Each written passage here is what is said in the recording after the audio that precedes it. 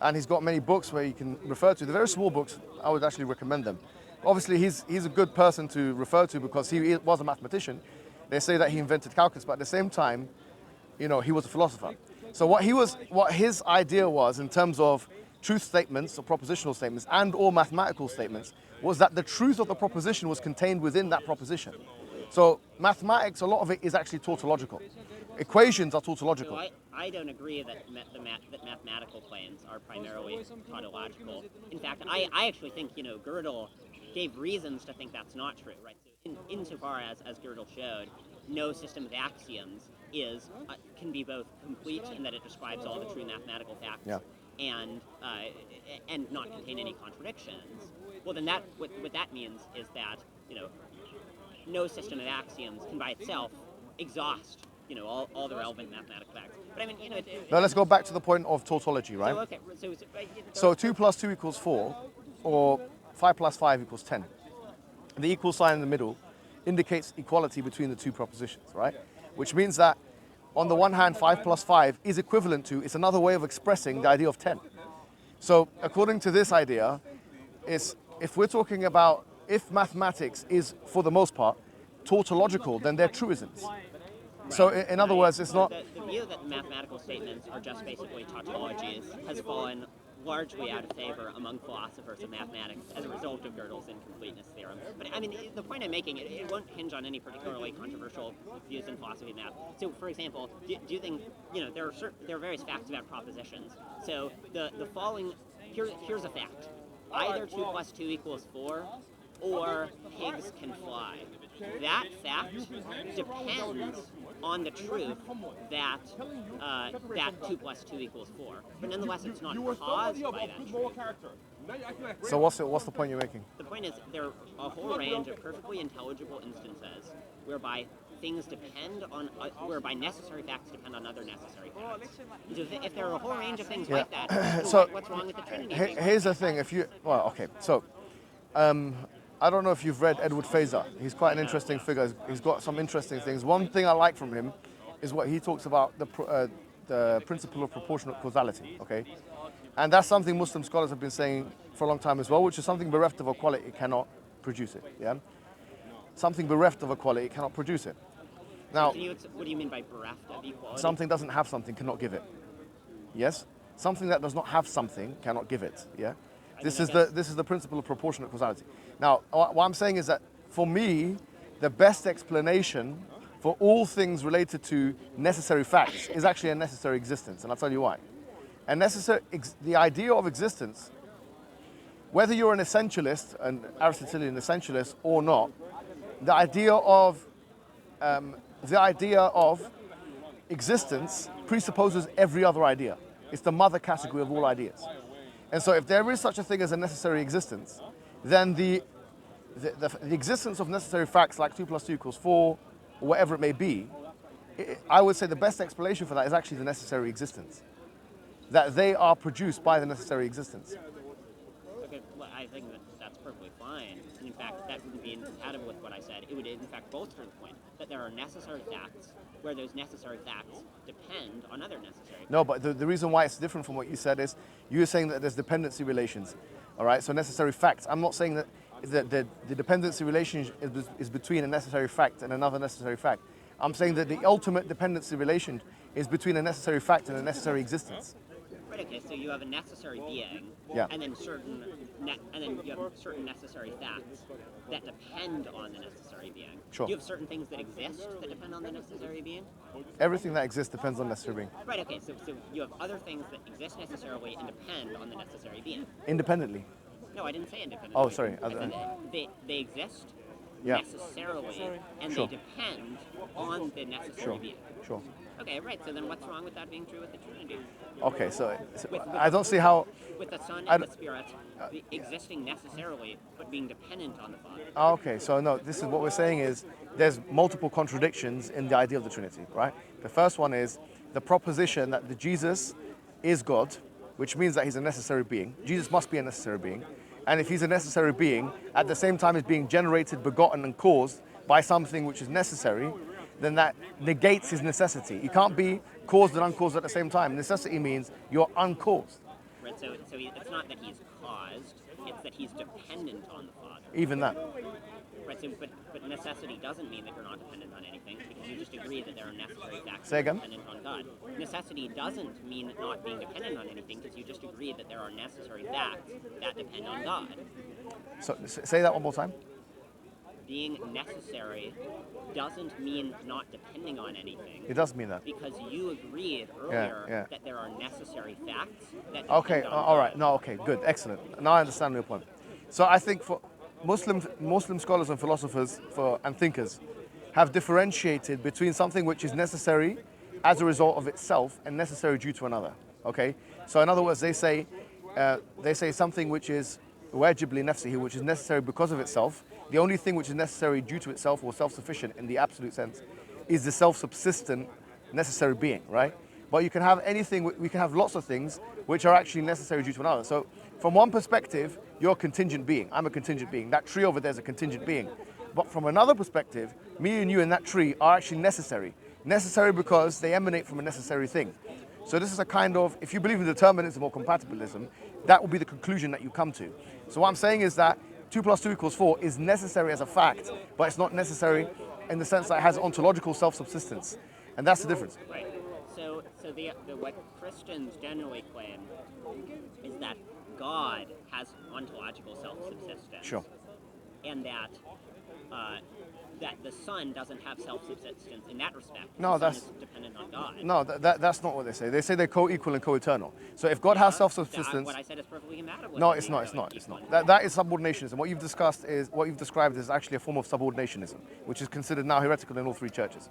So now, if you consider that Jesus is subordinate in any sense, in a dependent relationship with God, or with the Father, that indicates actually that Jesus is not God. And that's the point where Muslims have been trying to make. And this is exactly, in fact, for example... It's not that Jesus is dependent on God, it's that Jesus is dependent on the Father. Sure. That the Father But the Father is God. The Son, which is just the standard Christian view. What I'm saying to you is that if the Father is God, and Jesus is God, and Jesus is dependent on the Father, that indicates that you have something which is meant to be necessary, which is actually contingent and dependent, which is a contradiction of necessity. It's a very simple thing to understand. So God is not dependent on anything. Jesus is dependent on the Father, but it doesn't make God dependent, because God, as the 3 persons, is not dependent. Sure, but you're defining God in 2 different senses. Is Jesus God? Yes. Okay. Is the Father God? Yes. Is the Holy Spirit God? Well, I'm not a Christian, but I'm. But you're saying yes. But I think, yeah, Okay, but these are Christian beliefs. I mean, that's what makes you a Christian, okay? So let's say, for example, you believe that the Father is God, okay? What does it mean to be God? Everyone agrees that what it means to be God is to be necessary. Everyone agrees. Do you want some? Do you want some? Are you sure? And You can have it if you want. No, thank Yeah, all right. Well, it's Okay. not, Richard Swinburne, for instance, doesn't think God is necessary. Yeah, but he also has lots of ideas, Richard Swinburne, which are really problematic. He's been refuted by someone called Scott Williamson. I don't know if you've come across this. Well, I was just disagreeing with your claim that everyone agrees that to be God is to be necessary. No. So Richard Swinburne, the exception doesn't exemplify the rule. The majority of scholars, he has views. Richard Swinburne has views which actually go against the majority of scholars. For example, when he's describing the relationship between the Father and the Son, and he was asked in a peer-reviewed paper by someone called Scott Williamson, to outline where there's something called necessary agreement between the 3 wills of God, such that, and this is the example he gave, that if the Father wanted the Son to go around the earth, or if the Father wanted the Son to go around one way, and the Son wanted the Son to go around the other, where would the Son go? Yeah? So obviously Christians have to say, well, the Son will go in one direction because there's actually uniformity of wills. Richard Swinburne, alongside other social Trinitarians, actually believe the Father and the Son and the Holy Spirit have 3 distinct wills.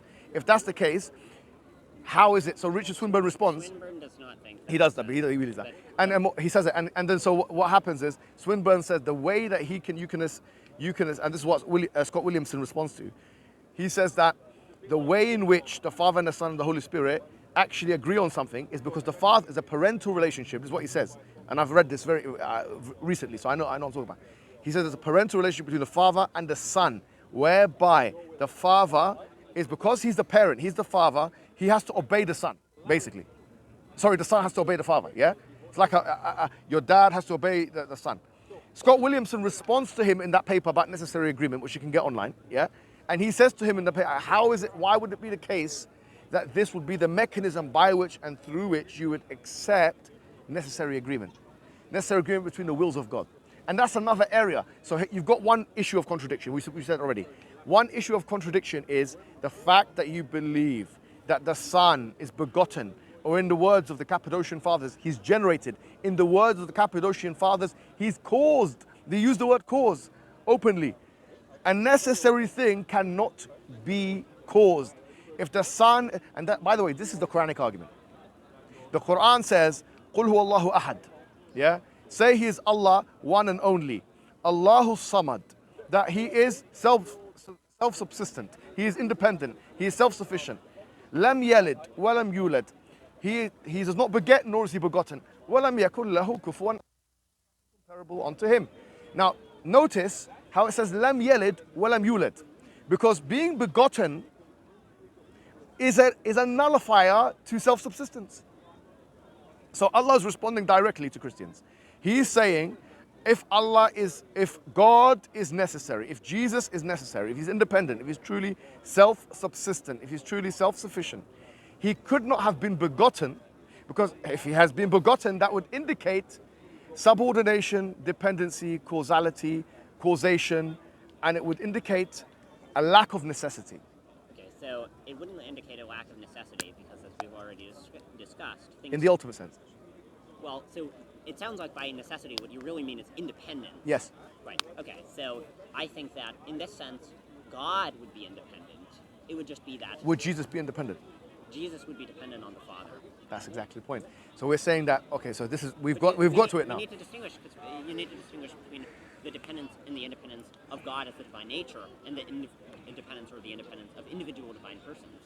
Right, so it's not problematic. So like, of course, it's problematic. So it's here's something that one might affirm that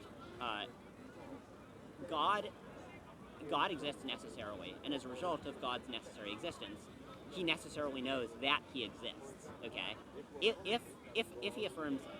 a person affirms that, they would say that God's knowledge, it's necessary. Now his knowledge would depend on his nature, but that's not a contradiction, and that wouldn't negate its necessity.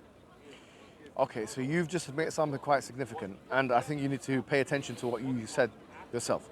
You said Jesus is dependent, okay? He's dependent on the Father. Okay, so in that respect, would you concede that the Father has a kind of that the Son does not have?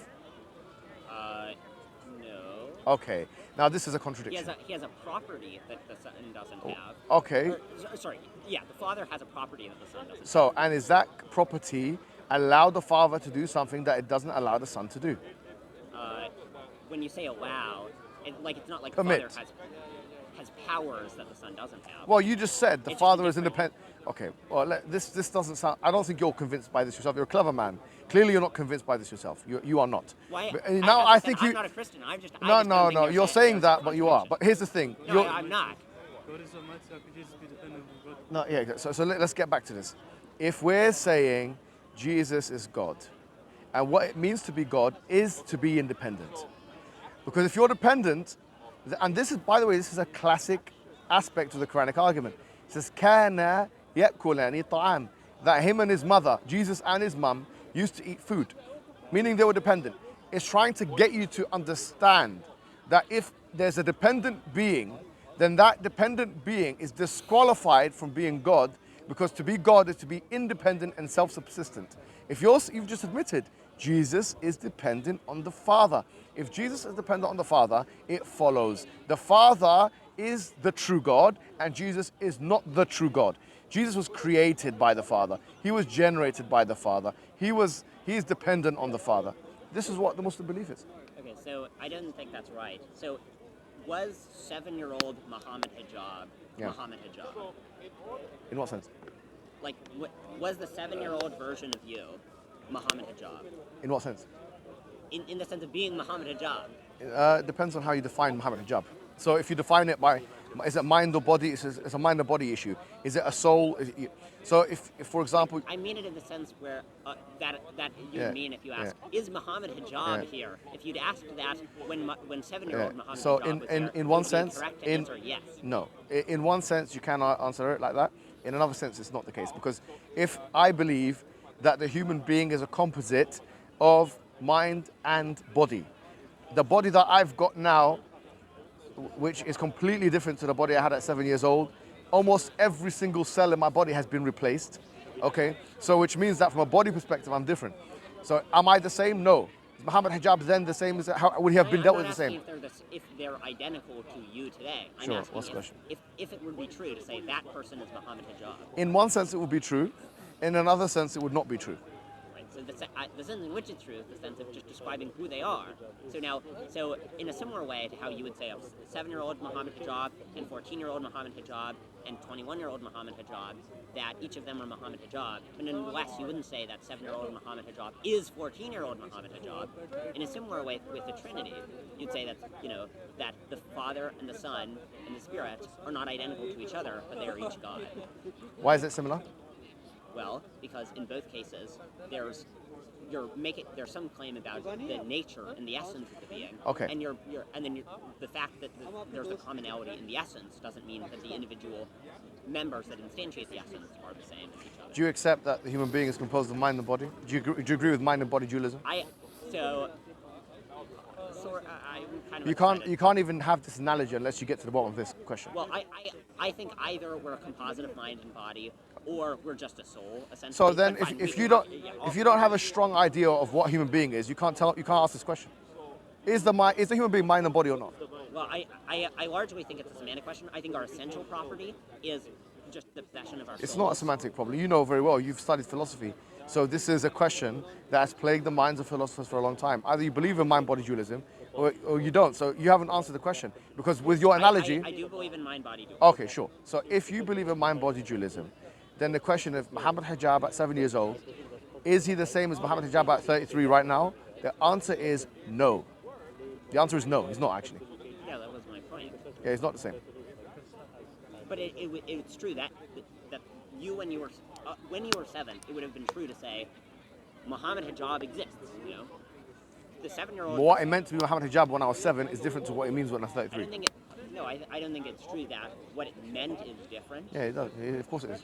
If you believe in mind-body dualism, a 6'7", 120 kilogram guy is different from a little 20 kilogram boy. Would you agree with that? Whose cells have completely changed every single cell of his body. That the being that made it true, the truth maker for their Muhammad Hijab existing, was different when you were 7 than you today. So here's an analogy. 10 years ago, it would have been true to say, the following sentence would have been true: there are people at the park. And today, it would have been true to say, there are people at the park. It's different people that are making it true that there are people at the park. So it's a different version of Muhammad Hijab. If I took this chair that I'm sitting on, and I replaced each aspect of this chair with another material, I took this and put a plastic one, and I put here and I put a red one, not a green one, yeah? Would it be the same chair or would it be a different chair? I have sort of weird views on this, but What's the answer? So I think there will be two distinct, worms, objects that stretch through time, one of which is composed of the old chair and the new chair, and one of which is not, and it's just a semantic question. If I took... So I'm what's called a mereological universalist. So I think that every collection of distinct mereological symbols forms a composite object. So there's an object composed of... Even on the view, I'm asking a simple question. If I took this chair, I replaced each aspect of this chair with another material. Is it the same chair or is it a different chair? Well, I was giving my answer, but you didn't seem very satisfied with it. It would be this. So when you ask, is it the same chair or is it a different chair? There's one object composed of the chair at both times. So there's one object in which it's the same. There's one object in which it's different. Well, actually, there are a lot of objects in which it's the same and different. So let's see. At the point where everything has been replaced. So, for example, if I take this glasses and I replace this with a white one, yeah, this one with a white one, this here with a white one, and I changed the lenses, and I changed this thing as well. If you took your glasses, you went to Specsavers, yeah, and you tell them fix it, they say no problem, we're gonna fix it, yeah, and then they changed each aspect of the glasses. Your glasses now, they changed this one like that into white, everything, even the bolts, everything is changed. They just kept changing things. Would you go back and say, these are not my glasses, or would you say these are my glasses? Let me take them. Simple question. So I think that, like, okay, here's an analogy. I know that. I've got the joke version of this. You go, I've had this broom for like 20 years. And he goes, I've replaced the head 5 times and the handle 5 times as well. Exactly. Because there's only 2 parts. Yeah. Oh. So consider any atom at the periphery of that chair, and then ask, is that atom part of the chair? Well, there's one way of defining the chair on which the atom's part of it. There's one way of defining the chair on which the atom's not part of it.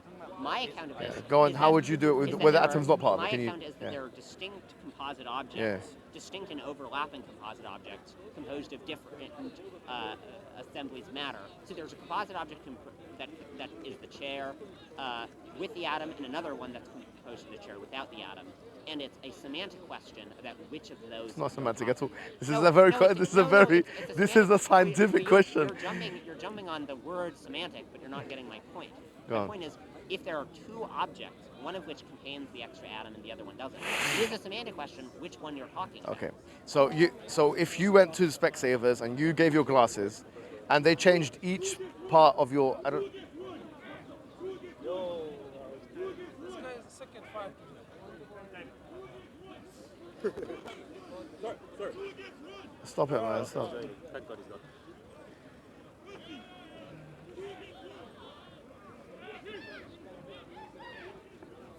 This is embarrassing, man. They need to.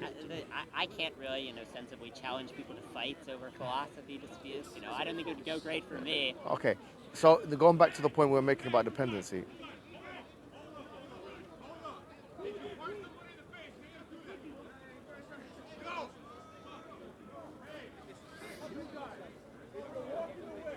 I didn't realize how many cameras are behind. Going back to the dependency, do you see that there's a...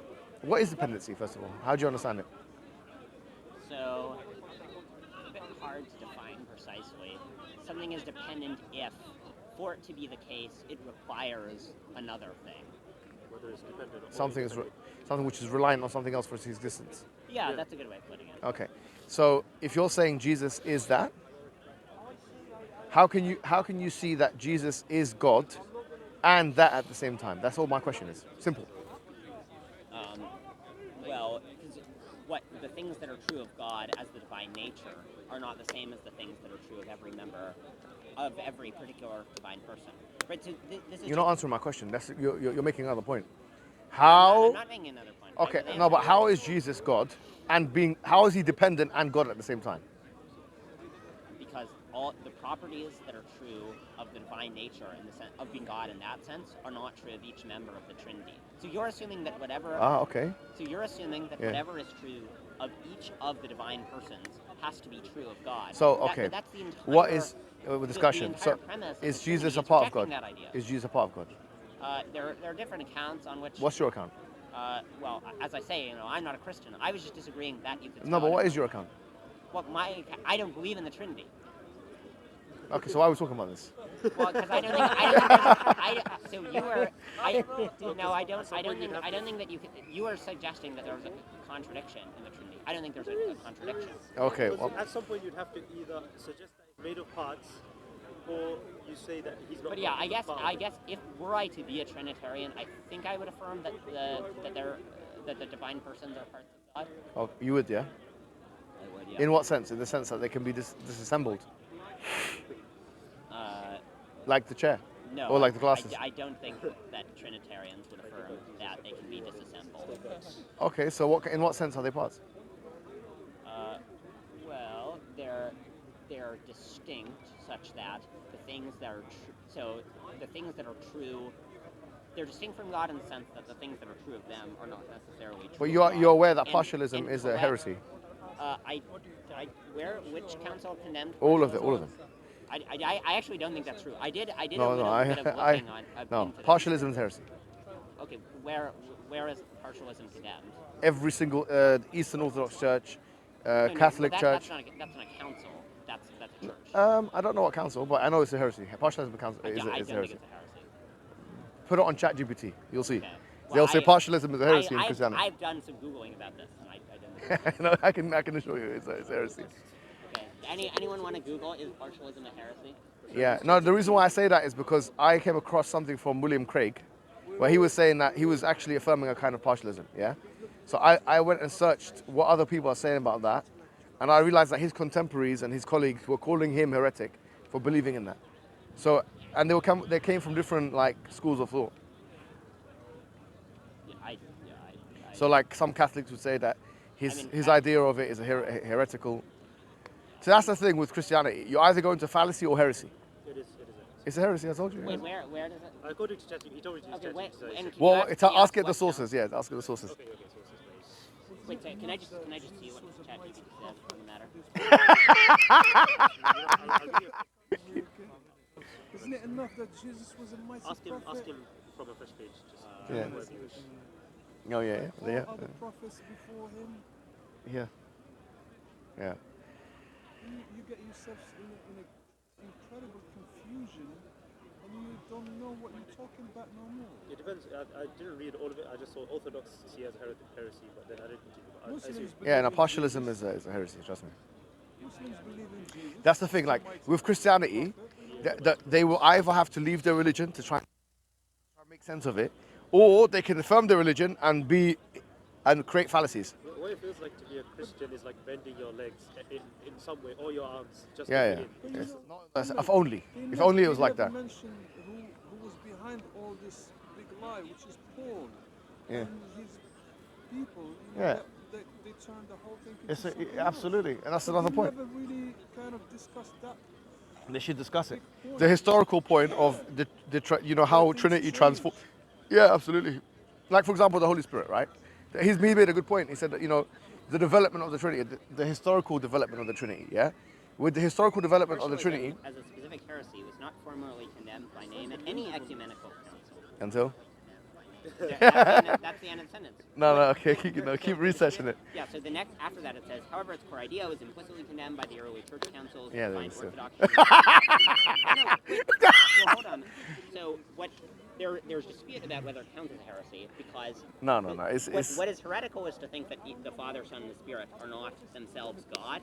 But it's not heretical to. But if you have a version of partialism on which you think they all count as God, then. yeah, but that's what you believe. You just said that you believe Jesus is God. I don't agree. You said that you believe Jesus is God, and you also said that you believe Jesus is part of God. I think I was saying that sort of wearing the Christian hat. But to be clear, I don't think Jesus. So is you God. I'm not a Christian. you don't believe it no more, yeah? Well, I didn't believe it. Okay, before. how about you just I believe? can- How about I can find what's you the name? What's the with name again? Matthew. Matthew. Sorry, I've got to take your name. How about you think about Islam now? Because let's be honest, yeah. Let's be honest. I think that your mind, your critical mind, and your ability to I understand think things, Islam is your way more analytical obviously mind. false than Christianity. Tell me why. You said Islam is false. Give me a reason why Islam is false. Go on. Sure. So Your strongest argument. Okay, so I think the extended, I think there are a lot of arguments. The extended give me your best one. digression in hell, where they describe, boiling off the skins of people and then bringing them back on, Right. and then boiling it off repeatedly. You sure? This does not seem like the actions of a perfectly loving and That's merciful not. God. That's not. a moral argument. No, that's I not. agree it's a moral argument. That's not a divine That's not a creedal disproven argument. It's not an undercutter to the religion of Islam. So, if you believe that hellfire is something which God wouldn't do, you don't even know what God is. You think that God is dependent. You think God is Jesus. You think God is a part of God and God at the same time. Okay. Come on. What I was saying earlier was I think that I disagree with you that there's some explicit contradiction in the Trinity. Now I don't affirm the Trinity. I'm not a Christian. What's the I explicit don't affirm- contradiction of a God putting people in hellfire and I don't think it's an explicit contradiction. I also don't think here's another belief that's not. So it's not a contradiction. Yeah. So it's not false then. So No, that's absolutely wrong. There are lots of beliefs that are false, but that aren't a contradiction. Sure. Error theory, for instance, which affirms that there are No. no moral facts. I think error theory is Okay. absolutely So wrong. But there's no how would you contradiction. disprove it if not with the proof of contradiction? Give me another proof.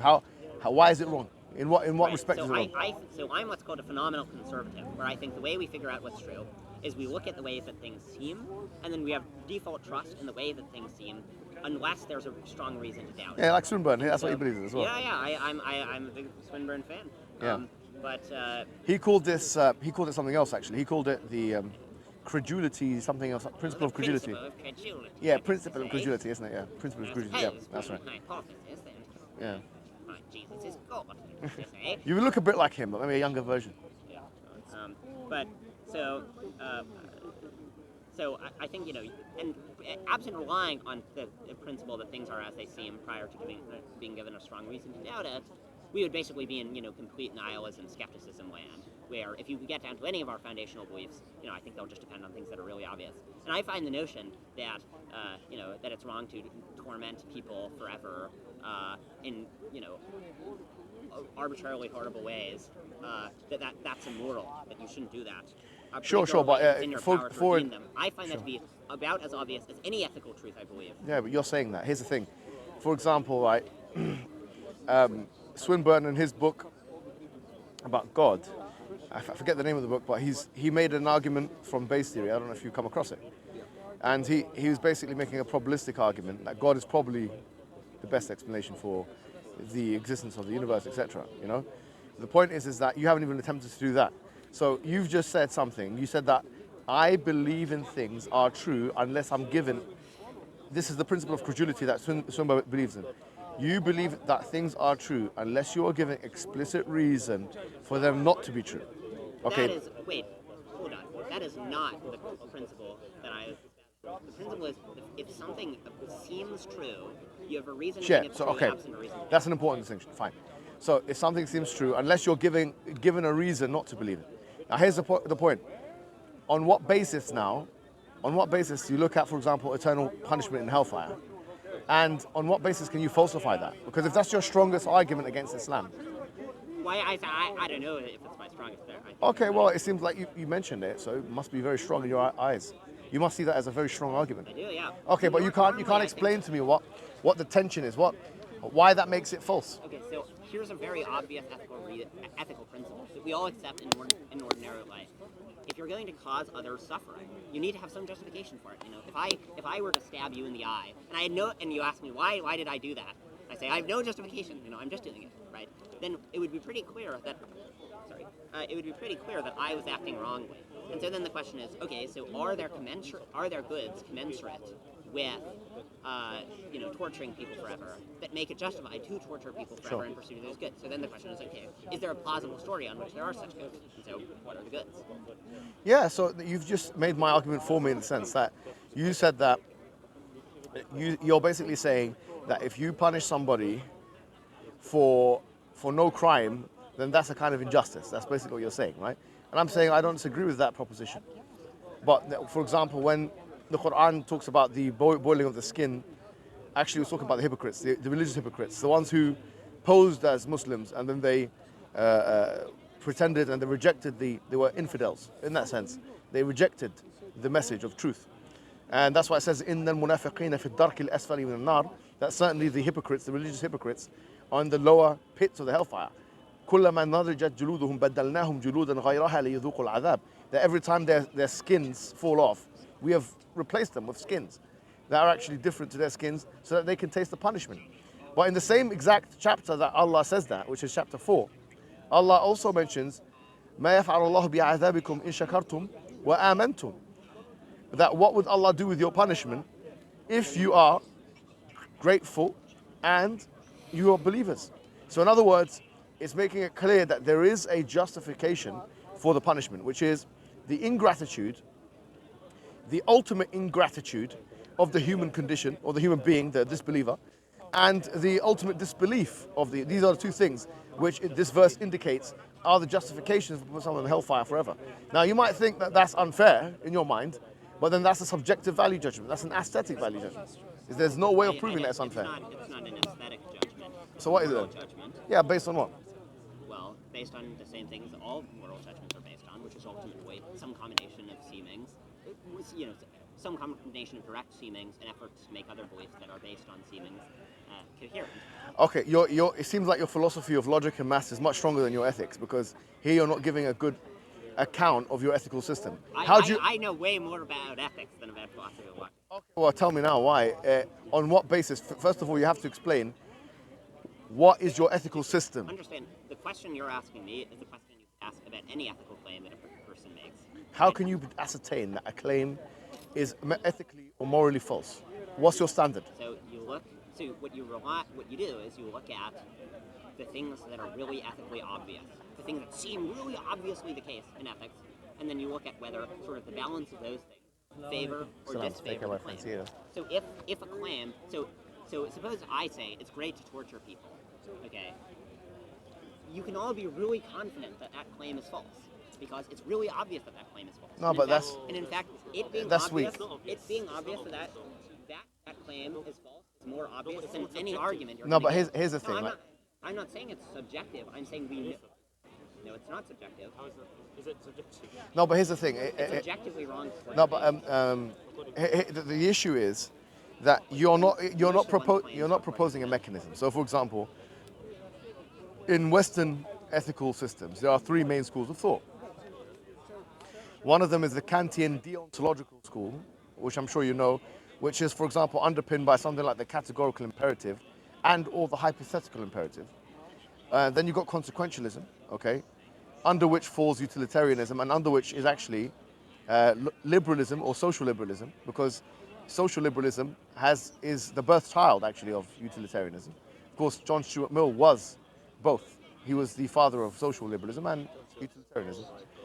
Then you've got virtue ethics of the ancient Greeks. These are the three, and of course, Alistair McIntyre has written a book, an interesting one, about after ethics, and I actually believe of all the after virtue. I actually believe that, my opinion is, the best things the Westerners have actually brought in terms of ethical systems is actually virtue ethics, rather than the other two, which is ironic because they've regressed, in my view, as is the view of Alistair McIntyre as well. But the point I'm making to you is this, is that these three systems are giving you a reason why things are right and wrong. So, for example, Aristotle in the Nicomachean Ethics will talk to you about excesses and deficiencies, and then the golden mean. If you're a coward, that's bad. If you're hasty, that's bad. Being brave is right in the middle. He's giving you something to think about. Consequentialists will do the same thing. They'll say that we look at something being bad and right based on the consequences it has on society. Deontological ethics, or Kant, will say, if everyone does something in society, we can see if that thing is right or wrong. Right, But here you're not proposing a mechanism. Right, so you can of course get so suppose someone's torturing babies and you want to argue they're doing something wrong.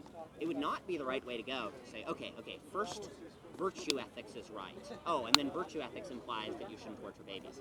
And the reason why that wouldn't be the way to go is that it's way more obvious that it's wrong to torture babies than any particular view of normative ethics. A view of normative ethics will be way more controversial than the idea that it's wrong to torture babies for fun. Now, in a similar way, like, when Peter Singer's arguing that for ethical vegetarianism, he doesn't say, okay, premise one, utilitarianism's right, and then if utilitarianism's right, then we have an obligation he does not kind to of. eat animals. No, No, he doesn't. He doesn't do that. He What might not do it in that way. He's definitely utilitarian. Right. I agree. Peter Singer is a utilitarian. And we know that he's utilitarian. You're not getting my point. Yeah. I agree. Peter Singer is a utilitarian. Sure. In fact, that was that fact is essential to my point. But when Peter Singer's arguing for, say, our obligations to give nearly all of our wealth to charity or the wrongness of meat eating, he does not argue for it by saying premise one, utilitarianism is correct. But why does he have to do it in that systematic fashion? Well, he doesn't even do it in a less systematic fashion. No, but what he does is he appeals to obvious ethical But judgments Peter Singer, that are even going to be shared by deontologists and virtue ethicists, and then he argues that those obvious ethical judgments imply. What was his view on disabled babies again? That he can kill them or something, right? Yeah.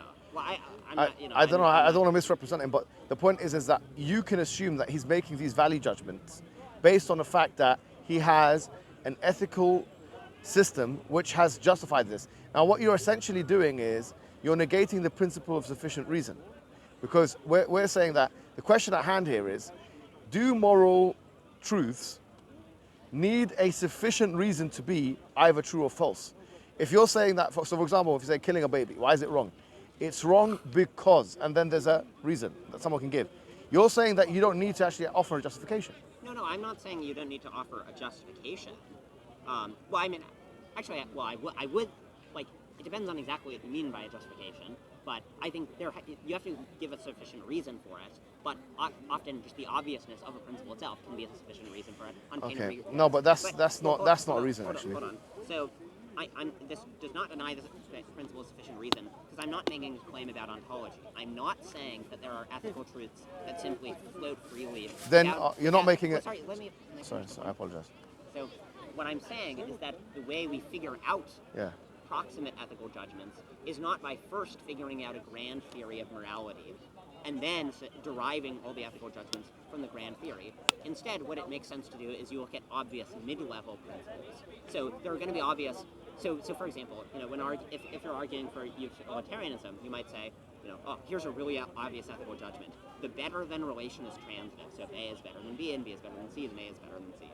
And then you point out that there are sort of these tricky cases where non-utilitarian views will either have to violate transitivity or some other plausible ethical principle, right? So you don't start with the broad ethical framework and then use that to derive all the proximate first-order judgments. If anything, it often goes the other way, where you start with first-order judgments and then you look at the most plausible ethical view for systematizing the correct first-order. So judgments. are you saying that when you start with, in your estimation, when you're starting with these judgments, are you doing so on an epistemological level? Is it an epistemological value judgment? Sure. So then you have the is-ought fallacy then. No. Yes, you do, because you're basically saying that if you conceive of something as wrong, then it must be wrong. It ought to be wrong. There must be a mechanism by which, well, how do you get from epistemology to ontology? Okay, here's an analogous argument. Okay, how do I determine that there's grass there? Well, I look and I see there's grass. I don't first figure out a broad theory of how perception works and then say, this broad theory of perception implies that there's a vertical relationship between me seeing the grass and the grass being there. You don't start with a grand theory. You start with obvious first-order judgments, and then you, if anything, you build a grand theory out of there. Now, it's not the is-ought fallacy any more than it would be the grass perception, grass fallacy, to say, well, I perceive that there's grass, and so from this I infer there's grass. That's not saying that the perception that there's grass and the fact that there's grass are the same thing. How do you know that your perception is correct? What you consider to be painfully obvious, yeah? How do you know it's painfully obvious? How do you know? How do you prove it? Well, you get exactly analogous problems in any area where you perceive anything. I see X. Oh, how do I know X is really there? There might be other people who didn't perceive it. You're saying something is painfully obvious. How do you prove that it's painfully obvious? Well, so normally, I think that if something seems painfully obvious to you, you have reason to trust that it is, in fact, painfully obvious, unless there's some reason to doubt it. Now, this reason to doubt it might be, for instance, in the form of there being, strong arguments against it from other things that are obvious to most people. It might be in the form of lots of other people not sharing the intuition. It might be in the form of some bunking account, some plausible evolutionary story of why you might have come to form the judgment, even if the judgment were not, in fact, true. No, but you see, once again, Sorry, the issue is is... there anything? So suppose the Quran had said, it's great to torture babies. You should just go around torturing babies for fun all the time. Would that be a good reason to reject the truth of the Quran? If the Quran had said that, it's not. I would say that it would have to give a principle for why. If it does so as a, if it does so just like that, without any reason, then there would be, because it goes back to whether you can actually prove something is true or false before the revelation goes down. So there are two opinions in Islam about that. One opinion is the opinion of Ibn Taymiyyah, Ibn al-Qayyim, and the Mu'tazilis, which is called Taqbih and Tahsin. Can you determine something to be true morally before the religion or before the commandment has come down? So that school of thought says you can actually determine. You can do it. And so they will say that some things would maybe pass the threshold. So you can actually make an argument like that. That if the Quran had such clear, flagrant, moral trespasses of, human rights or whatever, in that level, according to some of those guys, they would say yes, you can. It can reach a level where you can disprove. But the other school of thought, which is the Ash'ari and to a lesser extent the Maturidi, but nevertheless both of them. Wait, okay, so which one do you adopt? I see the merit in both arguments. I'm more with the Ibn Taymiyyah school of thought on this one. But Sorry, I forget which one the yeah. So the Ash'aris and others, they believe in divine command theory. So if you know Euthyphro's dilemma, they would consider there is something to be wrong or right due to the fact that God has made it wrong or right. So whatever God has said in the Quran is wrong or right. Now there's a verse in the Quran says that Inna Allah la ya'muru bil fahsha, that certainly Allah does not command to something which is evil, which could indicate that the evil has actually been understood before the Quran has been revealed. However, the point about the things, the commandments in the Quran, for example, that would have to be in place in order for someone to come to a conclusion that this book is not from God, it would have to be like an accumulative case. You'd have to make a cumulative case for something like that. But I can see an argument for that. I'm not saying there isn't an argument for that. There is an argument for that. But personally, I don't think the issue is with We agree about the principle. the issue is there this. are some things that the Quran could say Yeah. that are sufficiently ethically implausible Sorry. that it would make sense to think the Quran to treat as at least a strong argument against the veracity of the Quran. We're just disagreeing about whether. But there's only one issue. There's one issue. Given a justification. But here's the thing. Ibn Taymiyyah says the following, though. Considering the fact that he does believe it's possible to ascertain morality before the divine command, right? That's his view. He also mentions the following in his magnum opus of the Ta'arud bin al-Aqli wa al-Naql. He says the following. He says that the truth is you can't always trust your intuitions. So it can never reach a level where you can make an argument, a religious argument against a book like the Quran. Let me tell you why. He says that how do you know that the epistemological point that you have, which for example is, in your case, you believe that someone burning in the hellfire is immoral. How do you know that that is he calls it fitra, an innate predispositional feature of what you would otherwise call painfully obvious had it not been for socialization.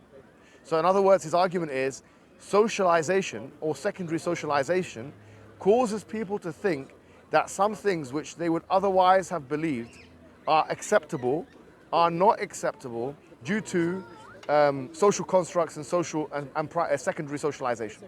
The issue therefore is when we talk about something which is right or wrong, for people living in the Western Hemisphere, we're not decontextualized from the post-Enlightenment ideas. So a lot of the time what we consider to be immoral or unethical, and I've heard Richard Swinburne as well, things that he considers to be unethical and immoral, things like that are so because of liberalism, are so because of feminism, are so because of whatever ideology has been loudest and most influential, and it's very difficult to actually separate the two things together and say, well, actually, I'm not influenced by liberalism or social liberalism at all. I'm not influenced by any Western ethical system. It's painfully obvious to me because I intuit that, and this could have been the case cross-culturally and historically. So the epistemological case cannot transcend into an ontological one, is the point. So Ibn Taymiyyah, despite believing it's technically possible, he believes it's operationally impossible to make the kind of argument that he made. Yeah. Sorry. So do you agree? Is there any moral judgments that the Quran could have made that would make it reasonable to we should consider that a strong mark against the Quran's veracity? The proposition makes sense abstractly, but when it's implemented on a practical level on a human side, it's actually no, because that's what I'm saying is human being is a social creature. So if the Quran said, when you see kittens in the street, you should just start, burning them, burning them alive. There's a limit though. The Quran, there are some things that are questionable. No, but what I'm saying to you is this. Sorry, if it said that, would that be a mark against the veracity of the Quran? No. Okay, right. So I think at that point, no. At that point, because the thing is, I would question myself, and I would say to myself, is it that I have a certain view of animals due to ethical systems which have preponderated and become influential?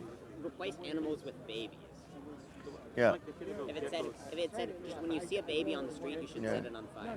Would that be a strong argument against the Quran? Well, that's what the feminists say, isn't it? But the only difference is they say do it in the womb. Abortion, yeah. Okay, but And many people consider that to be painfully obvious, acceptable morality. Okay, table. Bro, like for example, I just came from Holland, and with all due respect, I came from Holland and they have a law that says up to 6 months a woman can actually abort a child. Now, have you seen what a 6-month child looks like? Bro, look, if you cut up a 6-month child, now it's painfully obvious for a feminist to believe in that. Forget about me talking what the Quran says. Let's talk about the actual things. Feminists, it's painfully obvious for them that a woman has a right to abort a child. It's painfully obvious for a Catholic that that's not the case. So the thing is that there has to be a final arbiter. So just to be clear, if the Quran said that whenever you see a baby, you should torture it to death, you would think that would not be a decisive mark against What I'm the saying, Quran? no, what I'm Wait, saying so to, just yes or no, would that be a decisive mark against the Quran? for me, it's not decisive, no. Okay. It's not decisive. Would that be a substantial bit of evidence against the Quran? It can build into a cumulative case. Would it be a substantial consideration? It depends on how you define substantial. But here's what I would say. The issue is that Ibn Taymiyyah says, Ibn Taymiyyah makes the point that because human beings are primarily socialized beings, yeah? Because human beings are socialized, the influence of society on them, on how they see things as right or wrong, it pervades the human psyche in a way that they can't even recognize themselves. What is painfully obvious to you now, morally, would not have been painfully obvious to you 100 years ago. That's the truth. Right, so I agree. Say again? If John Stuart Mill, Yeah. what he believes is what most of the West, or a lot of the West, and they just believe like, oh, We can't assume that 50 years, forget about 100, 50 years ago, things that people like you believed were painfully obvious are different to 50 years later. That's a fact. I agree. Our beliefs That's a change, fact. and this is a reason to be somewhat, tempered and moderate in our ethical judgments. And it's particularly a reason to trust beliefs more if we think that there's some to look at other things as markers of the reliability of our beliefs. So, for example, one consideration that people make in favor of of vegetarianism is they say, look, historically we've expanded our moral circle. First, people only cared about other members of their own tribe. Later, people cared about members of larger nation states. Eventually, we reached the fairly lukewarm cosmopolitanism of the modern age, where we, sort of ostensibly sometimes care about every human. And so the idea is that if we sort of extrapolate this trend, where we observe there's a common trend of people not caring enough about the interests of others, then we see, it's plausible that there'd be similar things where we wouldn't take animals' interests seriously enough.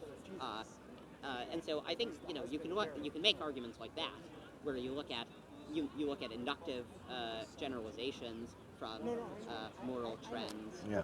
Well, as I said, it's to get from epistemology to ontology, to make a real claim about the world, that something is bad or something is wrong, not something that you intuit to be, that you think is, that in your understanding is painfully obvious, which could very well not be. Had you been in a different place in a different time, I think it's a completely different thing. And you can't use that as an argument against religion, because it's a weak argument. I don't think that's right. I do have some other objections. Go on, well, go on. I think I probably have to get going in the not too distant future, but Sure. So one of them is, it looks like the depictions that the Quran gives of various figures in the Old Testament are the byproducts of times in ways that we would not expect from the revelation from God. So take, for instance, the Quranic verses about Solomon. They depict Solomon performing miracles and doing magic. Now, this Not magic. In fact, the opposite is mentioned in the Quran. Yeah, they believed it to be magic, but it wasn't actually. You know what I mean? So the Quran says in chapter number 2, verse 100, yeah? This is وَاتَّبَعُوا مَا تَتْلُو الشَّيَاطِينُ عَلَى مُلْكِ سُلَيْمَانَ وَمَا كَفَرَ سُلَيْمَانُ وَلَكِنَ الشَّيَاطِينَ كَفَرُوا. That it wasn't, that basically there were two angels, I'm going to summarize. There were two angels, Harut and Marut, that came to Solomon, and Allah says that he didn't engage in this. He did not engage in the magic himself. وَمَا كَفَرَ سُلَيْمَانُ وَلَكِنَ الشَّيَاطِينَ كَفَرُوا. Yeah, the devils are the ones who disbelieved. يُعَلِّمُونَ النَّاسَ السِّحْرَ وَمَا أُنزِلَ عَلَى الْمَلَكَيْنِ بِبَابِلَ هَارُوتَ وَمَارُوتَ. They are the ones who teach magic, not Solomon. So it was angels who sort of like served alongside Solomon, and they were the ones who did the magic. No, nothing about served alongside. They just went that these two angels, Harut and Marut, according to the Quran, they went to the people يُعَلِّمُونَ النَّاسَ السِّحْرَ. They are the ones who taught the people magic. Things that would separate between مَا يُفَرِّقُونَ بِهِ بَيْنَ الْمَرْءِ وَزَوْجِهِ, something which is separate between a man and his wife. وَلَيْسَ بِضَارِّنَ أَحَدٍ بِأَحَدٍ إِلَّا بِإِذْنِ اللَّهِ. And they were not going to do that with except for the permission of Allah. Yeah. What do you call it? And it says that what do you call it? وَلَقَدْ عَلِمُوا لَمَنْ اشْتَرَاهُ مَا لَهُ فِي الْآخِرَةِ مِنْ خَلَقٍ. That whoever buys this kind of magic does not have anything in the hereafter, any share in the hereafter. So the point is clearly the Quran is against magic. It's against Solomon, the idea that Sulaiman alayhi salam engaged in it. It's actually exonerating him from the charge, and it describes this sihr or this magic as actually a kind of disbelief. And it says that وَمَا كَفَرَ سُلَيْمَانُ وَلَكِنَّ الشَّيَاطِينَ كَفَرُوا. It says that it wasn't Solomon that he disbelieved. It was the devils that did. Okay, wait. So the Quran claims that Solomon did not perform magic. That's right. Was there magic that was like circulating around the time? Yeah, it was, but it wasn't him. He wasn't engaged in it himself. Right. So why do we find no record of this in Kings and Chronicles? That's an argument from silence. Well, I don't think it's an argument from silence. Yeah, Because of course it is. What we've observed historically is that tales tend to grow wilder over time. So Okay. it would be very surprising if there was magic that was happening at the time. The people at the time who were writing about it didn't see fit to mention the magic of the time, but that the stories, which were suspiciously similar to the stories that were circulating around 7th century Arabia, that they were more accurate over time. All right, so let me respond to you. Obviously, Solomon and David are two extra biblical, if you want to put it in the modern parlance, prophets that are mentioned both in the Old Testament and the Quran, right? And in fact, Dawood or David, I would say about 20 years ago, there was a historian called Israel Finkelstein, not Norman Finkelstein. There's another one called Israel Finkelstein, and this particular historian had taken the view that David did not even exist. Yeah, he said that there's no extra biblical evidence that David even existed. Then they came across something called the Tel Dan Stele. The Tel Dan Stele is basically a big piece of rock, which is mentioned in it, the House of David. So Israel Finkelstein, who is an atheist or secular historian, changed his mind upon seeing new information about David that wasn't there in the first place. Now, it's respected among historians of that period of time that David and Solomon, in fact, both existed. So this is in 20 years. That's why arguments from silence are very weak. Because in 20 years, historians can find some kind of a record, some kind of a rock. That's number one. Very similar to moral argument. Yeah. So number two is this.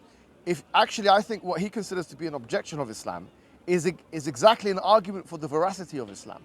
Because some of the things that I mentioned in the Quran, which are historical aspects, could not have been known by the Prophet Muhammad. Or the probability of them being known by the Prophet Muhammad would have been exponentially low. I'll give So what are some of those examples. regarding Solomon? What are the examples involving like David? No, David and Solomon, we don't have even that much historical information, so they're not good case studies. But I think when we get to Moses onwards, we got good case studies. So Moses, if we consider the fact that he's Ramses II, okay? Pharaoh, yeah. Pharaoh is Ramses II, yeah? According to the majority of those who analyze it, and they've got good reason to believe that, by the way. So, for example, his Ramses II came after a guy called Merempata. Merempata, like I said, with the Tel Dan stele, had his own stele. And in that stele, he'd mentioned Bani Israel once again. But now he said that we had kicked them out. It's mentioned the 17th line of his stele. He was the son of Ramses II. So, yeah, sorry, he came after him, yeah? So that's right. So if he came after and he said we kicked them out, it means that his father's the one who saw it, what happened. So it's clearly a history that he's narrating upon his father's reign. So Also, at the beginning of the book of Exodus, it says that the Israelites built the store cities of Pithom and Ramses. And Ramses presumably was... yeah, exactly. So that's a lot of the reason why I say that, because it's Ramses II. Now, there's claims the Quran makes about Ramses II, which are not even found in the Bible. There are claims the Quran makes about... no, that's something else. What are some of the claims? So some of the claims are the following, right? So it says that he believed in that he was a god. He says, "Ana rabbukumul a'la." Okay, the Bible there's nowhere in the Bible where it says that Ramses II claimed divinity. Nowhere. The Quran says that he says, "Ana rabbukumul a'la," that I'm your Lord Most High. Yeah, it's mentioned in Quran chapter number 7 that he said, not only did he say that I'm your Lord Most High, But Ramses II also mentioned, that the Pharaoh also said that there were other peoples, there were other gods that were being worshipped. أتذر موسى وقومه ليفسدوا في الأرض ويذرك وآلهتك. That's what's mentioned in the Quran. It says that you leave Moses and his people to create corruption in the land. وَيَذَرَكَ وَآلِهَتَكَ, and they leave you and your gods. So clearly, two claims. One, that Pharaoh said that he was God.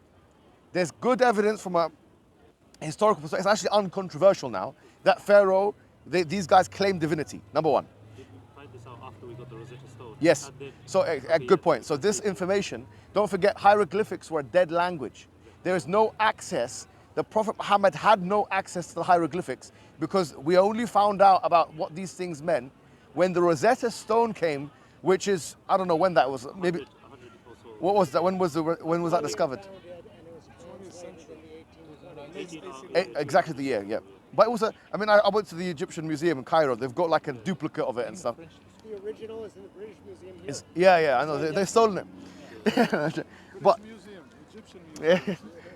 But the point I'm making is this, is that, you can go to the British Museum and look, what was it, 1800, 1700, 17 something? Napoleon found name it, Hammam. and it was given to the British took it in the early 1800s. Yeah, there you go. And then it wasn't translated for another 20-something years. Beautiful. The 1820s is when they were. Yeah, so for those, I absolutely, thought that beautiful. So there's, I thought they'd known for a while that the pharaohs claimed to be gods. Maybe it's they not mentioned in didn't the Bible. know- well, even if it wasn't mentioned. In No, the but that's the Bible. way they get it from. So here's the thing. Think about what the Prophet Muhammad sallallahu alaihi wasallam, right?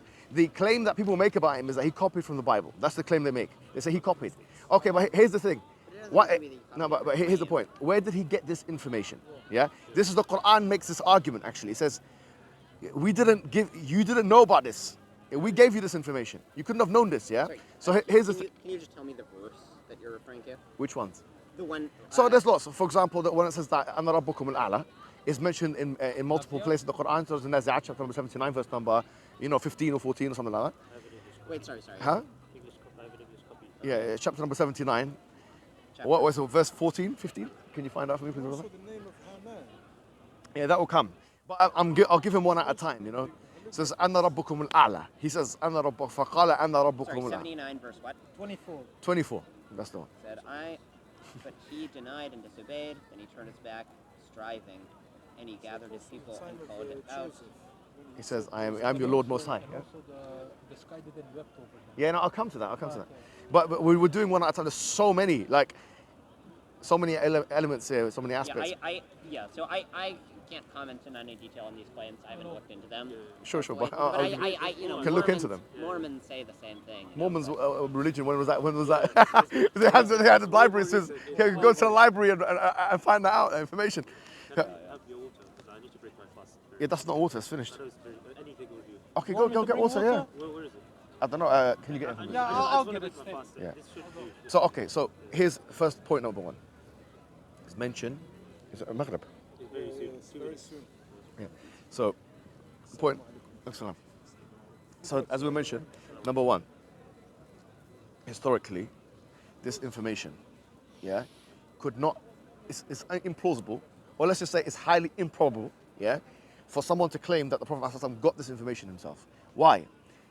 It's making a claim about ancient Egyptian history. And there's no record of any of that stuff outside of the Old Testament. Yeah, even that, there was no copy of the Old Testament. But that's the only thing someone can say, okay, well, he copied from the Old Testament. But there's nothing in the Old Testament at all of a Pharaoh claiming to be God, number one. Number two, that there were other gods aside God that were being worshipped in Egypt.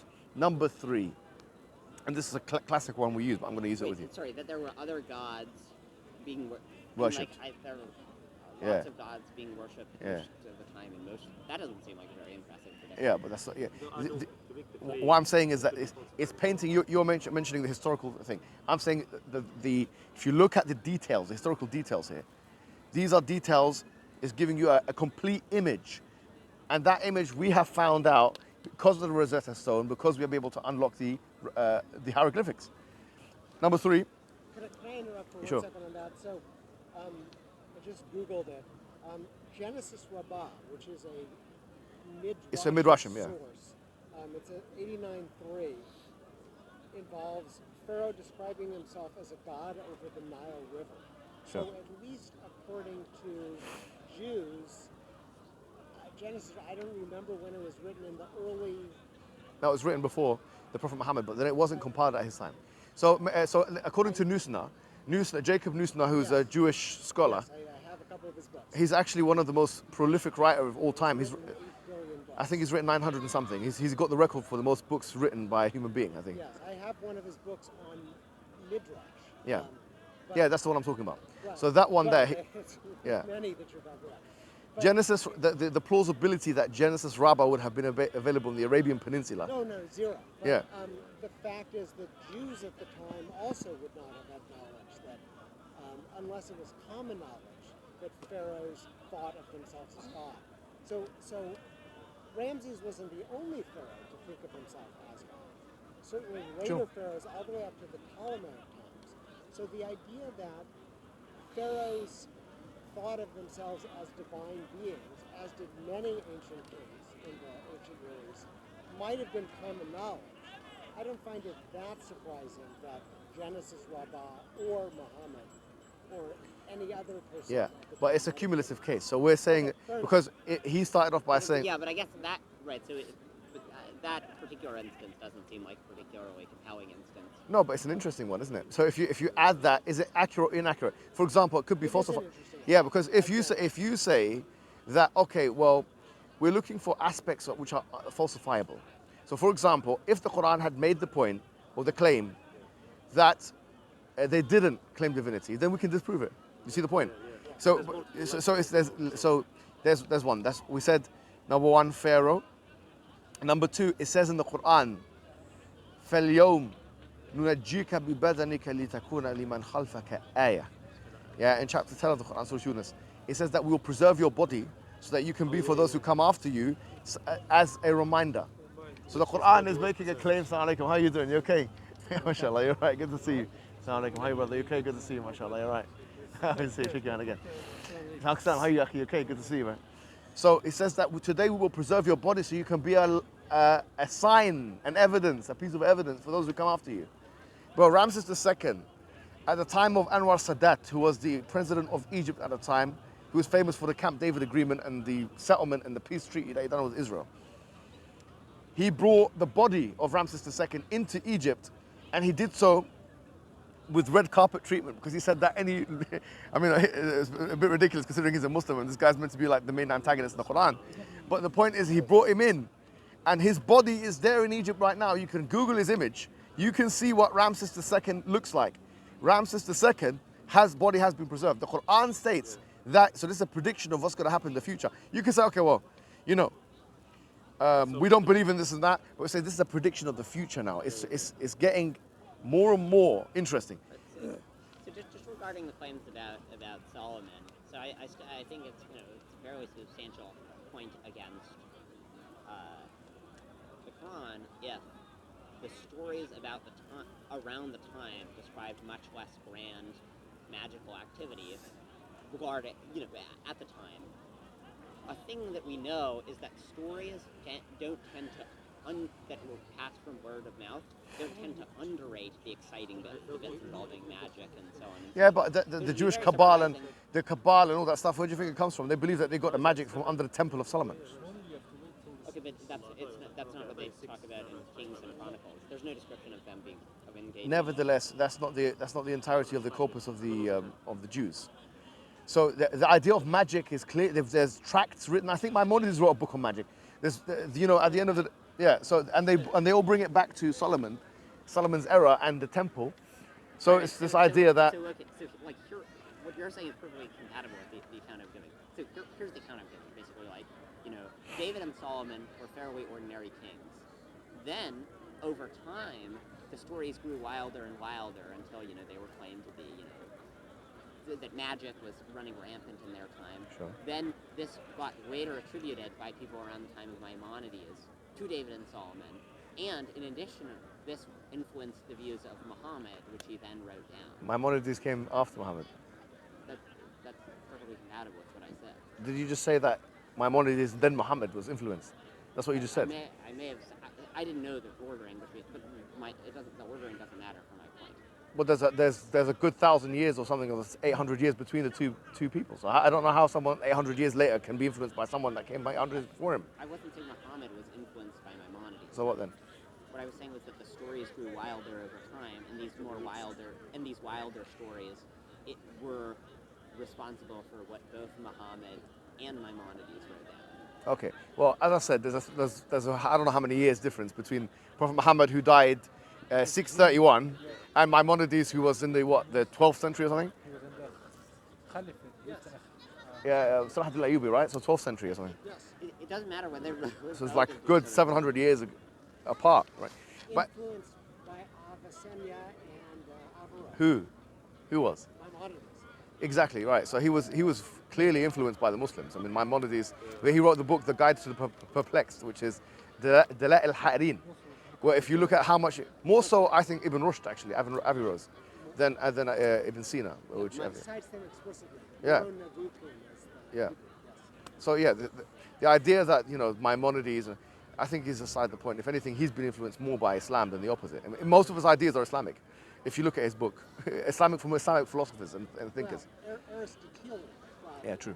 Um, But through Ibn Rushd. Islam drew on True. Islamic philosophers drew on Aristotle. Yeah. As did Agreed. as Agreed. did Thomas So Aquinas. he got a lot of it from Ibn Rushd.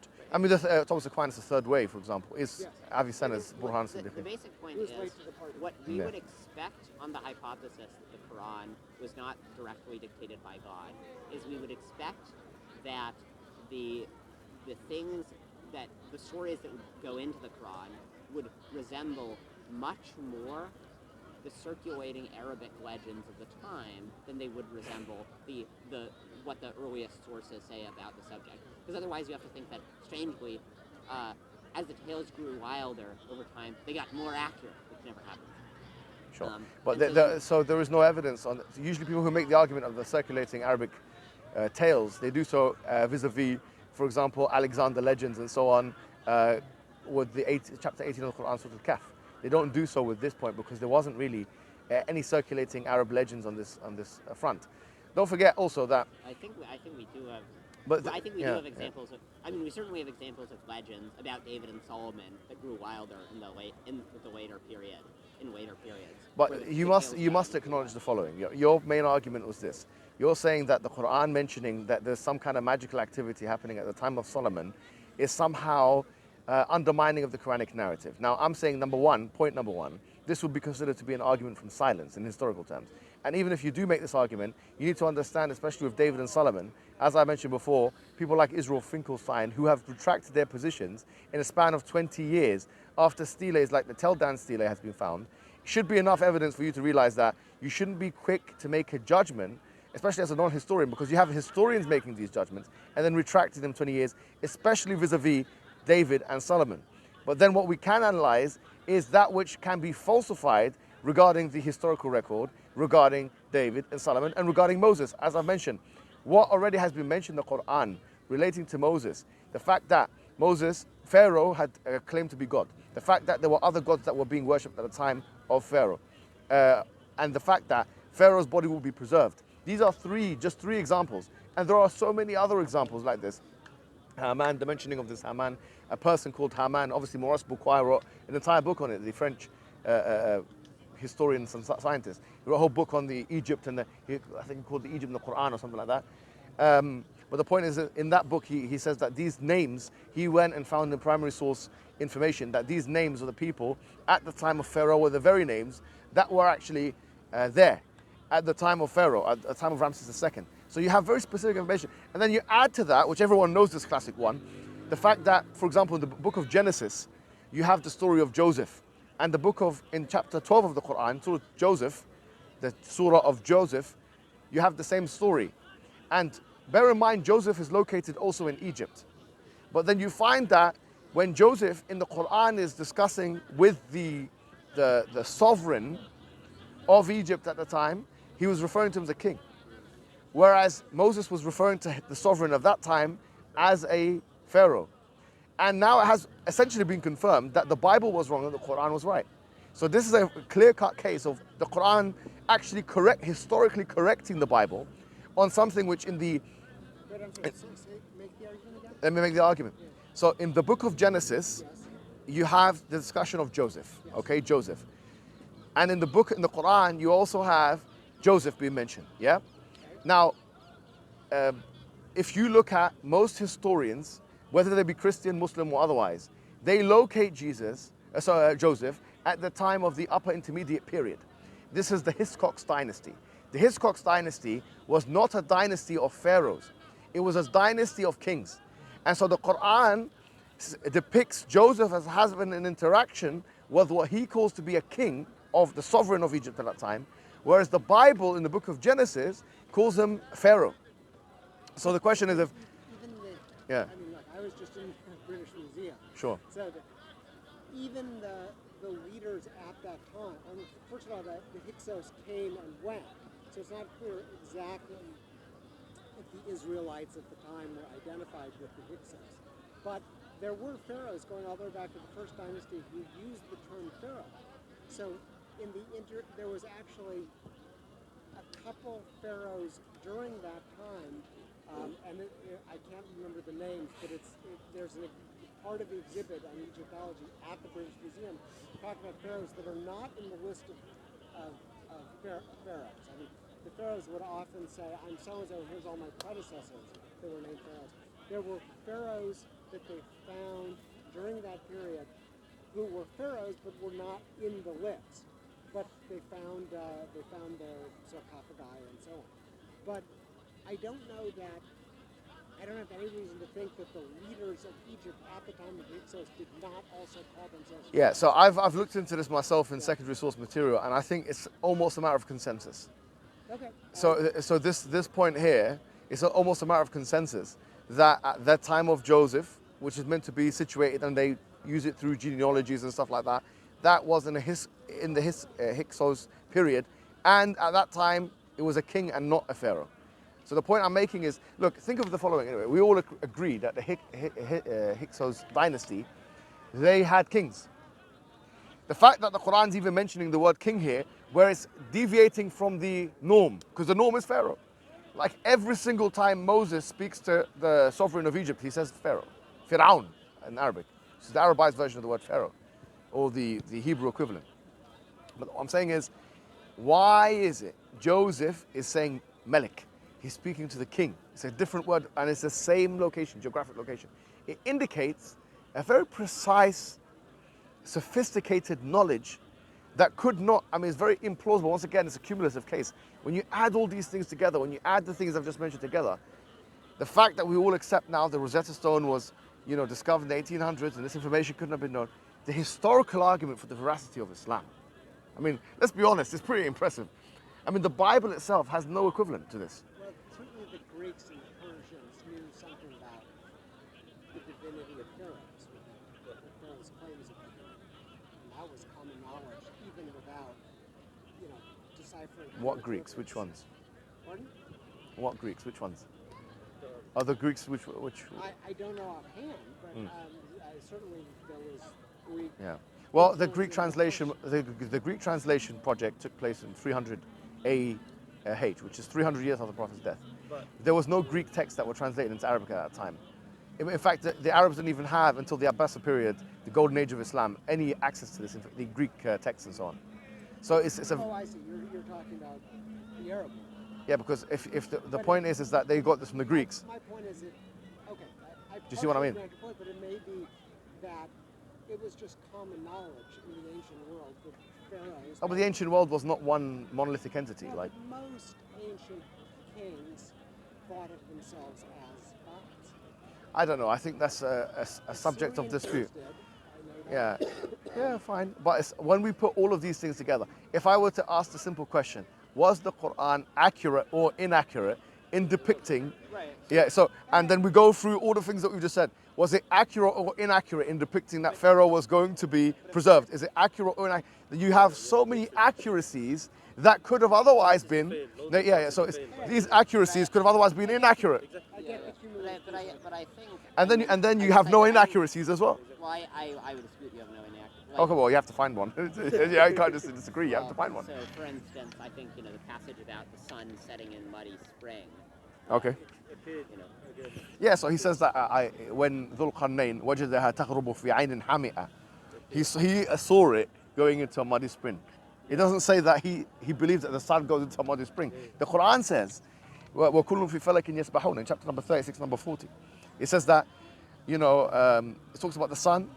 Some scholars even say it talks about the earth as well, because it says that it starts by وَآيَةٌ لَهُمُ الْأَرْضُ الْمَيْتَةُ أَحْيَيْنَاهَا وَأَخْرَجْنَا مِنْهَا حَبًّا وَمِنْهَا تَخْرُجُونَ, and so on and so forth. And then it goes وَالشَّمْسُ تَجْرِي لِمُسْتَقَرٍّ لَهَا ذَلِكَ تَقْدِيرُ الْعَزِيزِ الْعَلِيمِ لا الشمس ينبغي لها أن تدرك القمر ولا الليل سابق النهار وكل في فلك يسبحون. Right? So the Quran mentions, it starts by talking about the earth, and then it talks about the sun, and then it talks about the moon. Chapter number 36, verse number 40. And it says that they're all revolving around in a motion, in an orbit with their own motion. Ibn Abbas, who was considered to be the most authoritative companion of the Prophet and someone who interpreted these verses, he brought a spinning wheel to demonstrate what the Quran actually meant by this. That's why the scholars of Islam, even pre-modernity, for example, At-Tabari, Ibn Kathir and others, they looked at the verse just for the lay person who doesn't understand the verse in chapter number 18, verse number 86, where it talks about, وَجَدَهَا تَقْرُبُ فِي عَيْنٍ حَامِئَةٍ, that Dhul Qarnayn saw the sun going into the muddy spring. And they say that this is not saying that the sun, this is not saying the sun does that, because we know that the sun has its own orbits and so on and so forth. So we have classical scholars that go back and say all of these things. In fact, there's no verse in the Quran which indicates something against what we know. Comparative to the Bible, look at the Bible. The only verse in the Bible, according to John Walton, a Christian scholar in America, based in America, he says there's only one verse in the Bible which indicates that the earth may be round. And that's in the book of Isaiah, chapter number 40, verse number 22, where it's mentioned the circle of the earth. The circle of the earth. But even he said that when you have the circle of the earth and it's flat, it's depicted as flat, then it's a disc. It's a different kind of. So there's nothing in the Bible, there is no explanation, even on the rotundity of the earth, there is no explanation, unless you want to metaphorize, as the Christians have been doing now because they have been found out with the Genesis narrative. And there is no equivalent to Genesis chapter 1, verse number 1 to 20, where it talks about the sun being created on the third day. And Genesis, I believe, is it that the Yeah. metaphorical one, or is it? yeah, no, they say it's metaphoric, but that's the only person in the ancient period who said that was Origen of Alexandria, who's considered to be an ecumenical church council writer. He's not even considered to be a saint. Him and his Jewish teacher Philo in the Alexandrian school. But the majority, for example, if you consider the other church fathers, they actually consider this all to be 100% literal. In fact, in fact, Augustine himself wrote on the literal interpretation. This is a book that he wrote on the literal interpretation of Genesis. But then there would be a lot more problems that way. Yeah, of course there'll be problems. But there's problems either way, because even if it's not, even if you don't want to talk about it being a thing, the book of Genesis says that there's night and day on the first day. But then on the third day, the fourth day, the sun was created. I want to know how there was a night and day without the sun. And on the third day, vegetation was there. But then on Genesis chapter 2, verse number 5, it says no plant has sprung up yet. So is there plants or no plants? So much so that William... No plant has sprung up because there hadn't been rain yet. So there was, I'm not defending it. But Yeah. The argument is the plants were in the ground but hadn't sprouted yet because there were no but it's and you got on the third day, you got all the shrubberies and all the trees, everything is there. I mean, no photosynthesis because the sun wasn't there on the fourth day. So it looks like, as William Craig said, I mean, this is what Craig said. He said the following. He said that it looks like honestly, this is, you can Google this. He says that it looks like the author of the Bible did not care if there's contradictions inside of it. Damn. This is William Craig. William Lane Craig himself. So what I'm trying to say to you is, So it talks about the setting point. It doesn't just say he saw like the reflection in a spring. It says he found the setting point of the sun.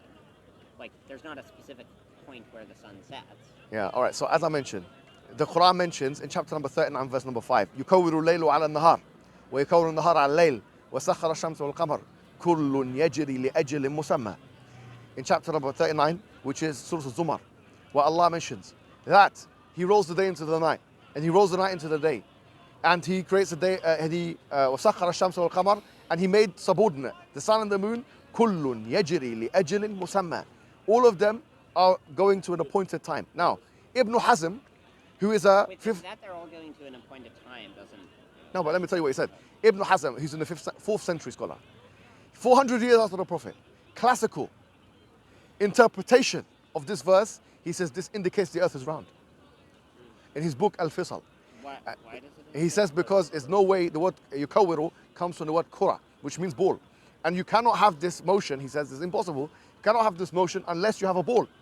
That's what he says. Now, someone could say, well, you're doing apologetics. Yeah. It doesn't look like Ibn Hazm, who lived in 400 years after the Prophet ﷺ died, has any modern reason to try and say that the earth is round. Whereas in the Bible it says that the earth is flat. And there's no interpretation of a classical nature or type that indicates that the earth is round from a literal reading of the Bible. So if you believe the earth is round, and you also believe in literally interpreting the Quran and the Bible, you have to believe in the Quran. You cannot believe in the Bible. Finish. No way. Well, yeah. I have more things to say. I think I should probably get going. But it Yeah, was nice no meeting problem. You. Thank you very much, brother, yeah? Yeah, thank you. Have a nice day. It's true though, isn't it? Yeah, very intelligent man. Thank you very much. Yeah, thank you. Yeah. Should we go now? I just sat here because my back was hurting so bad. Yeah, it's last time. Yeah. So, Do you want to take a seat? Yeah, take a seat. Take that as well, and you can talk to me a little bit. I think I need to pray actually. Yeah. Yeah. I'll pray after. That's Maghrib. Huh? Do you want to take a seat? Take a seat. Oh, thanks. Jewish. Oh. So a lot of it is still applicable to the Old Testament and stuff like that. Want to sit down? Take a seat. Take a seat. No, just a quick question. Sure. So an imam spoke at our synagogue, and in response to a question about Give him the microphone. Who's got the microphone? No, because these other guys who are watching it, I don't know. All this. Give him one as well. Oh, okay. Yeah, I have one. Well, just put it on there or something. Yeah, sorry. Talking about, well, I have to go in a minute. No, of course. Talking about the verse in the Quran that talked about how the Torah had been modified by Jews for pecuniary gain, or monetary gain. Could you explain that verse and what it means, and am I missing something? Or? Yeah, no, I think you've yeah. So for example, there, like you said, chapter 2, verse 79. But that one is, you know, it says that فَوَيْلٌ لِلَّذِينَ يَكْتُبُونَ الْكِتَابَ بِأَيْدِيهِمْ وَيْلٌ لِلَّذِينَ يَكْتُبُونَ الْكِتَابَ بِأَيْدِيهِمْ ثُمَّ يَقُولُونَ هَذَا مِنْ عِنْدِ اللَّهِ لِيَشْتَرُوا بِهِ ثَمَنًا قَلِيلًا فَوَيْلٌ لَهُم بِمَا كَتَبَتْ أَيْدِيهِمْ وَوَيْلٌ لَهُم مِّمَّا يَكْسِبُونَ. That basically, that woe to those who change the word with their own hand. Okay. لِيَشْتَرُوا بِهِ ثَمَنًا قَلِيلًا. So they can buy with it a paltry price, miserly price. Now, this could be taken metaphorically. It doesn't have to be actually monetary. It could be ثَمَنًا قَلِيلًا could mean like worldly gain of some sort. It doesn't have to necessarily be money that's being given. So is it saying that actually happened, or is it saying that Yeah. woe to anyone who does that? But No, it says that they done it. So, for example, in chapter 3, it says الَّذِينَ هَادُوا, the Jews, يحرفون الكلمة عن مواضعه ونسوا حظا مما ذكروا به. That the Jews changed the book with their own hand. You know, and chapter number 3, verse I think 189 or something like that, it says فَنَبَذُوهُ ظُهُورِهِمْ. They threw it behind their books. So this idea of the books have been changed, the Bible has been changed by the rabbis at that time for some kind of worldly gain, whether it's monetary or otherwise, but some kind of worldly gain is clearly there in the Quran. And I would argue that it's clear that there has been changes in the Bible. And these things, if you talk about the Old Testament, because obviously you don't believe in the new one, but the Old Testament, you'll find... Yeah, it exists, yeah, but that's not true. But the point is, if you look at the different texts, so you have the Masoretic texts, you have the Septuagint, you have the Dead Sea Scrolls. These are the three main manuscripts that... No, this is... No, we're talking about the Old Testament. well, there's the Samaritan Torah, there is the Sure. Aramaic, Peshitta. there's- Yeah, but they're all different. The point is that they're all different. Well, they're largely the same. But, Yeah, sure. Largely the same, but there's huge, massive differences between... certainly in the Septuagint. Yeah, exactly. Because just for those who don't know, Septuagint is not even in Hebrew. It has to be translated out of Greek into Hebrew. So you have a text here, which is basically another language. The Targums and the Peshittas are in Aramaic and Syriac. And, Exactly. So this is the kind of thing which when you look at the so discrepancies... that's not changed. So the Masoretic text is accepted as the authoritative Hebrew version, that is very closely matches with a handful of almost scribal errors, what we found in the Dead Sea Scrolls. The Dead Sea Scrolls had every book of the Bible except one, the Book of Esther.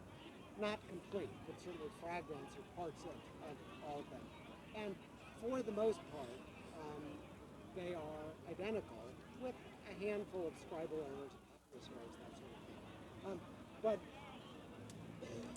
I mean, you'd have to go back further than the Dead Sea Scrolls. But by the Jews, did he mean the rabbis, like of the Talmudic period? That's right.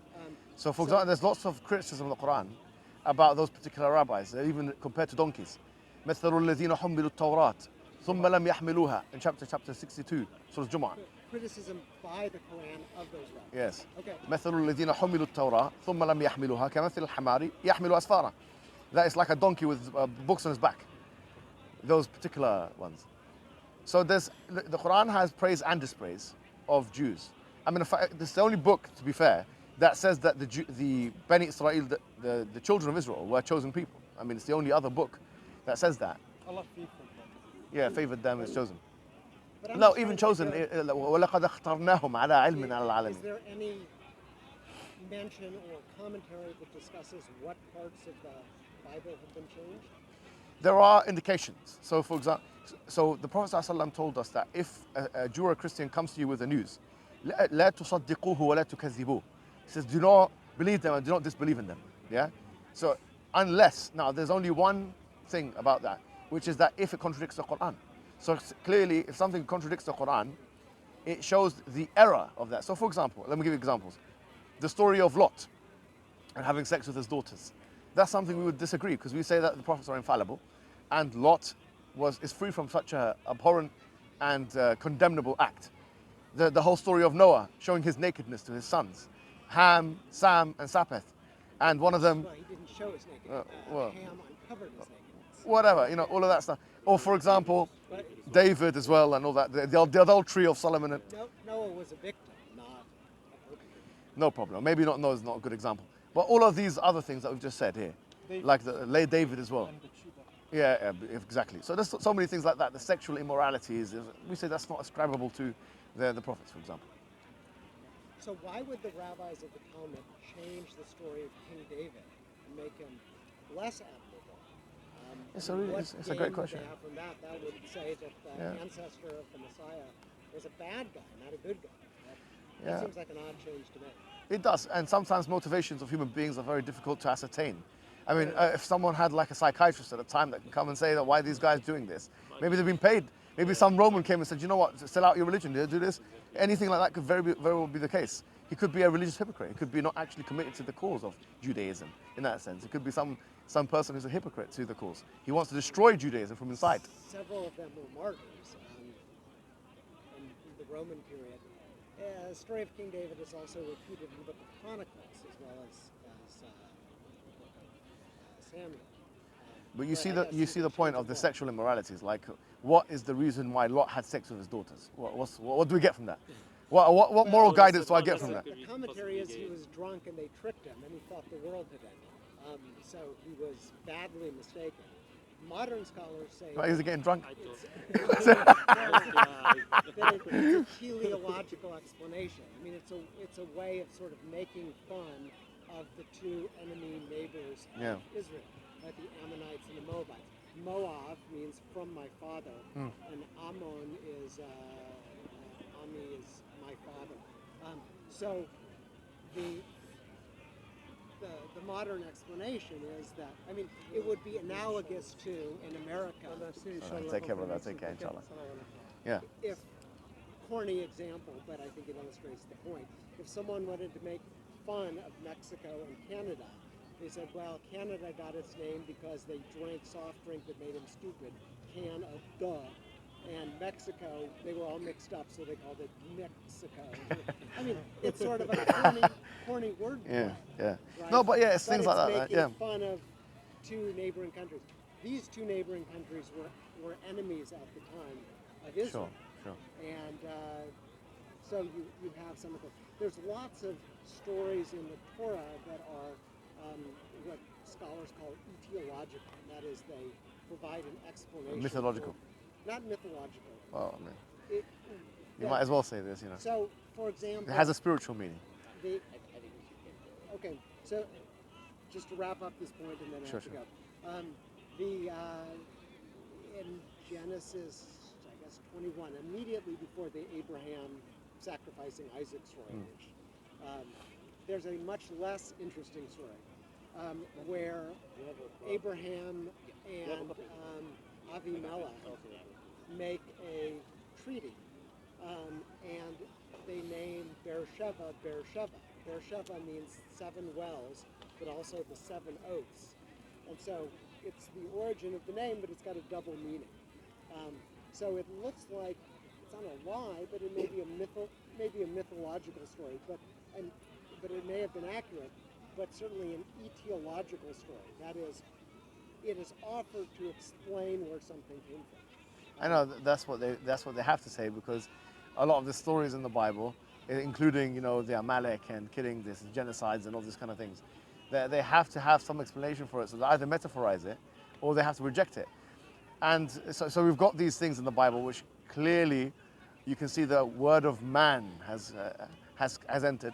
Like, for example, Ezekiel, chapter number 23, verse number 21. So you guys know what I'm talking about.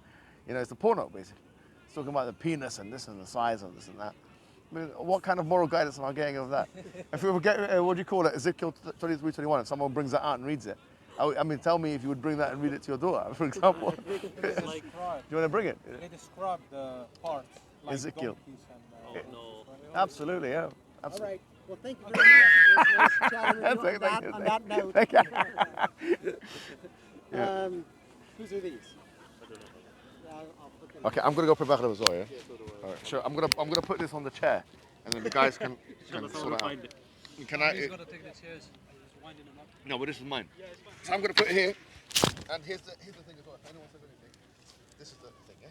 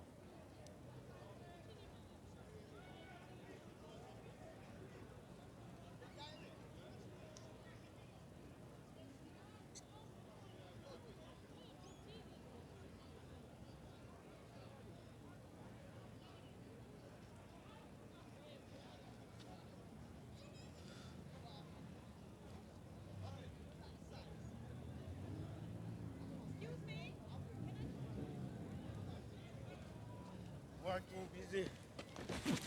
Natural.